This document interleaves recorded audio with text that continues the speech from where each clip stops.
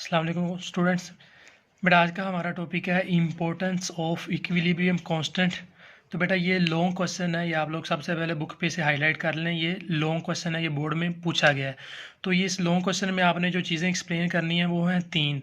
तो वो हम आहिस्ता आहिस्ता डिस्कस करते हैं। यहाँ पे सबसे पहले जो हमारे पास इक्विलिब्रियम कांस्टेंट है के सी, इक्विलिब्रियम कांस्टेंट को हम किससे लिखते हैं? के सी। इसकी क्या हमारे पास इंपॉर्टेंस है? तो हम इससे क्या कर सकते हैं? Predict direction of reaction.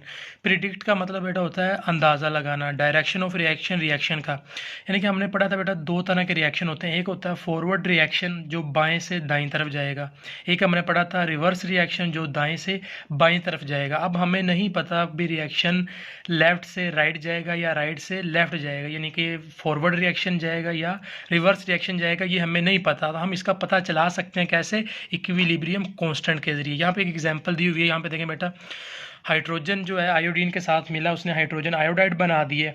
तो 0.10 मोल इसके थे हाइड्रोजन के, 0.20 मोल थे आयोडीन के, इन्होंने 0.40 हाइड्रोजन आयोडाइड बना दिया। यहाँ पे क्यू सी मैंने वैल्यू लिखी है। क्यू सी बेटा रिएक्शन क्वेश्चन को हम कहते हैं, जो हमें रिएक्शन में कितना हमारा रिएक्शन आगे बढ़ गया उसको हमें बताता है। ठीक है, तो क्यू सी मतलब रिएक्शन क्वेश्चन, यानी कि हमें रिएक्शन आगे कितना बढ़ गया उसको ये बताता है। तो यहाँ पे मैंने ये फार्मूला लिखा है प्रोडक्ट बटा रिएक्टेंट, ये हम पीछे डिस्कस कर चुके हैं। ये ऊपर प्रोडक्ट है, नीचे रिएक्टेंट्स हैं। तो यहाँ पे देखें हाइड्रोजन आयोडाइड की वैल्यू बेटा 0.40 है, तो यहाँ पे मैंने 0.40 लगा दिया। ऊपर स्केयर है, यहाँ पे स्केयर आ गया। हाइड्रोजन की वैल्यू 0.10 है, यहाँ पे मैंने 0.10 लगा दिया।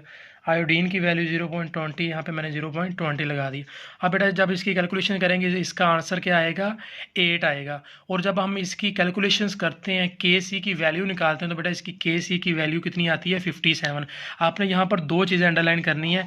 एक तो इसकी के सी की वैल्यू कितनी है? आती है 57। और क्यू सी की वैल्यू जो हमने निकाली है वो है 8। अब आप मुझे बताएं कौन सी वैल्यू बड़ी है? क्यू सी की वैल्यू बड़ी है या के सी की वैल्यू बड़ी है? बेटा जाहिर सी बात है के सी की वैल्यू बड़ी है, ये 57 है, और क्यू सी की वैल्यू छोटी है, वो 8 है। अब बेटा जब क्यू सी की वैल्यू छोटी हो तो इसका क्या मतलब होगा? यहाँ पे देखें क्यू सी की वैल्यू स्मॉल हो तो इसका मतलब ये होगा small value of Q C mean less reactants are transformed into the product. यानी कि बेटा क्यू सी की वैल्यू जब छोटी हो इसका मतलब ये है आपका रिएक्शन अभी स्टार्ट नहीं हुआ सही तरीके से, आपके सारे रिएक्टेंट्स पड़े हुए हैं, प्रोडक्ट अभी नहीं बना। बात फॉलो की आप लोगों ने? क्यू सी की छोटी वैल्यू हो जो हमारे पास अभी है, कितनी है? 8 है। वो ये बताती है अभी हमारे पास अभी सारे के सारे रिएक्टेंट्स हैं प्रोडक्ट में कन्वर्ट नहीं हुए। तो रिएक्शन जाहिर सी बात आप मुझे बताएं अभी प्रोडक्ट नहीं बने, तो प्रोडक्ट बनाने के लिए उन्होंने बाएं से दाईं तरफ जाना पड़ेगा। कहाँ से जगह जाना पड़ेगा? यहाँ पे देखें ना, जो रिएक्टेंट्स हमारे पास पड़े हुए हैं, हमारे पास लेफ्ट साइड पे पड़े हुए हैं। ठीक है, और जो प्रोडक्ट होते हैं बेटा हमारे पास हमें पता है राइट साइड पे होते हैं। तो अब सारे के सारे रिएक्टेंट्स पड़े हुए हैं लेफ्ट साइड पे, उन्होंने प्रोडक्ट बनाना, तो रिएक्शन किस तरफ जाएगा? आगे की तरफ। तो इस रिएक्शन को हम जो बाएं से दाएं तरफ जा रहा है उसको हम क्या कहते हैं?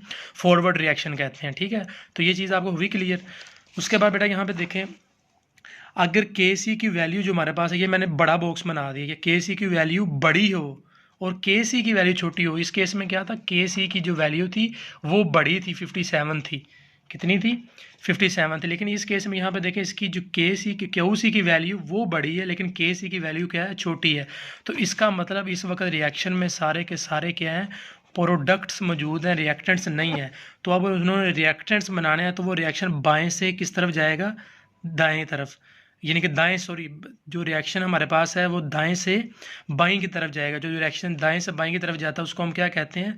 रिवर्स रिएक्शन कहते हैं। होपफुली आपको समझ आ गई होगी। ठीक है, उसके बाद लेकिन अगर बेटा क्यू सी और के सी की वैल्यू दोनों सेम हो तो रिएक्शन किस कंडीशन में होगा? इक्विलिब्रियम स्टेट में। इसका मतलब जितने इसमें रिएक्टेंट्स हैं उतने ही इसमें क्या हैं?